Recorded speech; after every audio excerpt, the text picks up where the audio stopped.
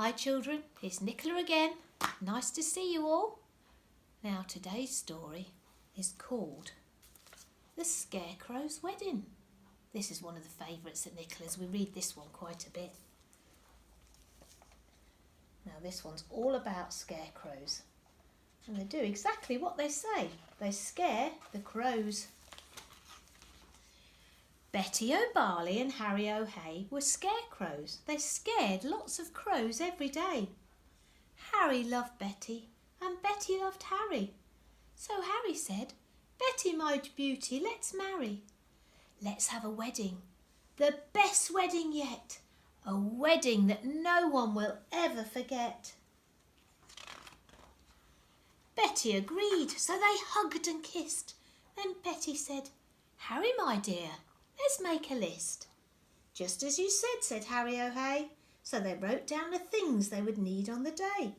A dress of white feathers, a necklace of shells, lots of pink flowers, 2 rings and some bells. Then Harry gave Betty O'Barley his arm and the scarecrows set off for a hunt around the farm. They hadn't gone far when they spotted some geese. "Oh, geese! If you'll give us a feather apiece, you can come to our wedding, the best wedding yet, the wedding that no one will ever forget." "We will," honked the geese, and they each gave a feather, and a spider friend offered to sew them together. "Hooray!" cried the scarecrows. They hugged and they kissed, and they hurried back home and crossed dress off their list. Then Harry gave Betty O'Barley his arm, and they set off once more on their hunt around the farm. They hadn't gone far when some cows gathered round, and the bells round their necks made a wonderful sound. Ring-a-ding-ding, ring-a-ding-ding. "Oh, cows, will you please come and make your bells ring for our wonderful wedding, the best wedding yet, a wedding that no one will ever forget." "Yes," mooed the cows, "we can tinkle our bells." Then a crab scuttled up with a necklace of shells. Some mice found some rings in a bin. They were certain they had belonged to an old farmhouse curtain. "Hooray!" cried the crows, and they hugged and they kissed. "Pink flowers are the only things left on our list." Then Harry said, "Betty dear, I can't find those. Why don't you have—" "Hooray!" cried the scarecrows. They hugged and they kissed. "Pink flowers are the only things left on our list." Then Harry said, "Betty dear, I can find those.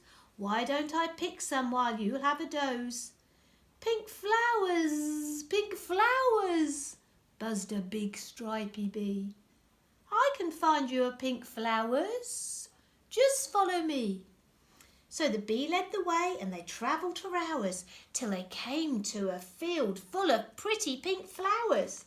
Harry stood thinking, "I won't pick them yet. I need to find water to keep their stalks wet." "Just follow me," croaked a lumpy old toad. "There's a lovely wet pool at the top of this road." They climbed up the road. It was terribly steep. "I'm tired," said the toad. So they stopped for a little sleep. Early next morning they came to the pool. "This water," said Harry, "is so beautifully cool. But now I need something to carry it in. A jug or a vase or a cup or a tin." "I think I can help," said a small squirrely snail.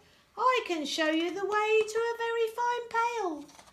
So the snail and the scarecrow set off on the way. But the snail was so slow, it took more than a day. Betty was worried. "What's happened to Harry? Where is the scarecrow that I'm planning to marry?" The farmer came by with a frown on his face. He made a new scarecrow to take Harry's place. "Good day," said the scarecrow. "I'm Reginald Blake." And he took Betty's hand and he gave it a shake. Together he told her, "We make a fine pair. You're really quite pretty, apart from your hair." Then he jumped in the tractor and he told her, "Hop in. I'm a really fast driver. Let's go for a spin." But Betty said, "No, I must wait here for Harry. He's the scarecrow I'm going to marry." We're planning our wedding, the best wedding yet, the wedding that no one will ever forget. Reginald laughed. You'll be waiting forever. Forget about Harry, I bet he's not clever. I must be the cleverest scarecrow alive. I can sing lots of songs, I can dance, I can drive. I'm dashing and I'm daring, and I'm cool as can be. I can even blow smoke rings, you watch and see. He took out a big fat cigar from a packet. The farmer had foolishly left them in his jacket. But smoking's bad for you, Betty explained. Oh, really, you ought to be feeling ashamed. Don't be a fusspot, said Reginald Blake. My smoke rings are staggering, make no mistake. He struck up a light and he tried hard to smoke, but straight away he started to splutter and choke. What happened next was completely unplanned. The lighted cigar tumbled right out of his hand. It fell to the ground and it started a fire. Betty screamed, help! And the flames flickered higher. But Reginald Blake said, I'd better be off, and he bounded away with a terrible cough.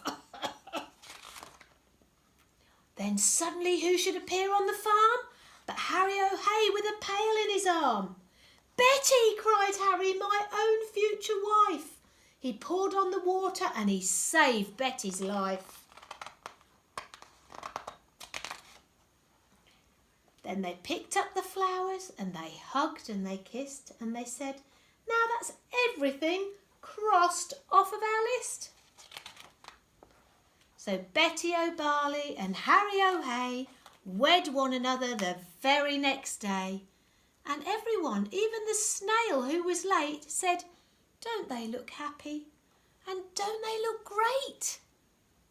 This, they agreed as they sprinkled confetti on Harry O'Hay and his beautiful Betty, is the best wedding ever, the best wedding yet, the wedding that no one will ever forget.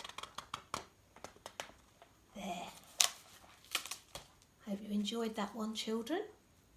There's Betty and Harry, and there's Reginald Blake on the back, look, going off on his tractor.